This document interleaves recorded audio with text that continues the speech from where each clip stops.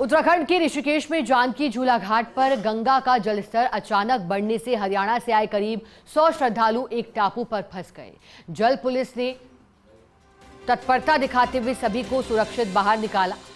मुनी किरैती थाना पुलिस के अनुसार महाशिवरात्रि के अवसर पर हरियाणा से आए करीब 100 श्रद्धालु गंगा स्नान के लिए जानकी झूला घाट पहुंचे थे। जलस्तर कम होने के कारण वे गंगा के बीच बने टापू तक चले गए। कुछ समय बाद अचानक गंगा का जल स्तर तेजी से बढ़ा, जिससे वे टापू पर फंस गए। रेस्क्यू को अंजाम दिया गया है। गंगा स्नान करने आए थे सभी महाशिवरात्रि के पावन मौके पर, जिस दिन पवित्र स्नान का महत्व और अधिक बढ़ जाता है।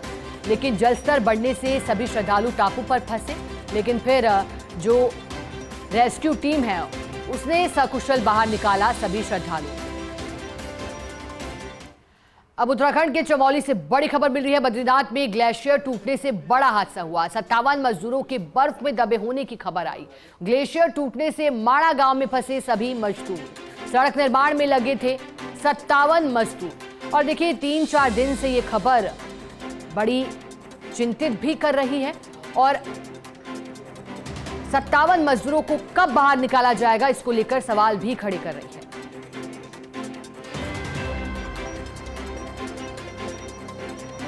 चलिए ज्यादा जानकारी लेंगे। सहयोगी विनोद हमारे साथ जुड़ गए हैं उत्तराखंड से। विनोद का रुख करेंगे। विनोद, जानकारी दीजिएगा। 57 मजदूरों के बर्फ में दबे होने की खबर, रेस्क्यू अभी तक कहां तक पहुंचा है, क्या लगता है कब तक बाहर निकाल लिया जाएगा और टीमें किस तरह से तैयारी कर रही हैं?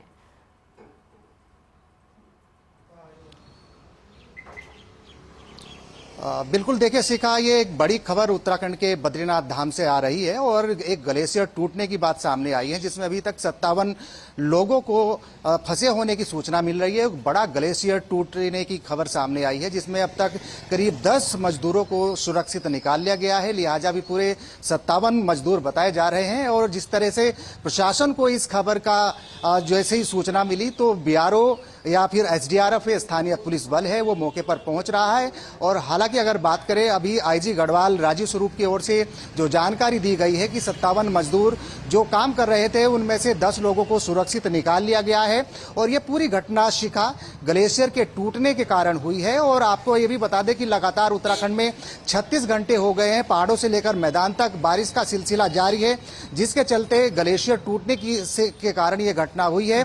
57 ये लोग थे जो अभी तक काम कर रहे थे, जिसमें से 10 लोगों को सुरक्षित निकाल लिया गया है। जो बाकी 47 लोग हैं उनकी खोजबीन में बीआरओ हो, एसडीआरएफ हो, स्थानीय पुलिस बल हो, तमाम जो प्रशासनिक टीमें हैं वो वहां पर पहुंच चुकी हैं और जिनको ढूंढने और तलाशने का जिनकी खोजबीन की जा रही है शिखा। लेकिन एक बड़ा हादसा अभी तक ग्लेशियर टूटने के कारण यहां पर हुई है और चमोली के बद्रीनाथ धाम के समीप ये ग्लेशियर बताया जा रहा है शिखा। विमल, क्योंकि उत्तराखंड देवभूमि है और आपने कहा कि बड़ा हादसा हुआ है, लेकिन इससे पहले भी एक और हमने खबर प्रसारित की थी जिसके माध्यम से जानकारी दी थी कि बड़ा हादसा होने से टला है। महाशिवरात्रि के पावन मौके पर श्रद्धालु पहुंचे थे, लेकिन फिर टापू में फंसे। कैसे रेस्क्यू किया गया, करीब कितने श्रद्धालु थे, अचानक क्या स्थितियां बनी जो फंसने की कगार पर सभी आ गए?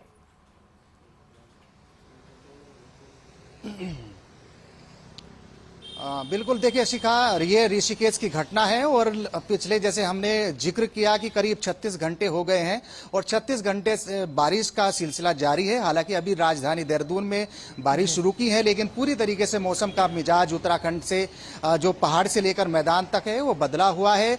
और जैसे ही पूर्व में यानी 2 दिन पहले महाशिवरात्रि का पर्व था तो हरियाणा हो, दिल्ली हो, तमाम क्षेत्रों से ऋषिकेश, हरिद्वार, देहरादून इन क्षेत्रों में श्रद्धालु पहुंच रहे थे। भगवान शिव की आरती के लिए तमाम शिवालयों में पहुंचे थे। लेकिन कहीं ना कहीं ऋषिकेश की यह घटना थी जहां पर करीब सैकड़ों लोग गंगा में गए हुए थे और कहीं ना कहीं जिस तरह से बारिश हो रही है उससे गंगा का जलस्तर बढ़ा और वो तमाम जो सैकड़ों लोग थे वो टापू पर फंस गए। एसडीआरएफ और स्थानीय पुलिस के बल से की मदद से उनको सुरक्षित बाहर निकाला गया है।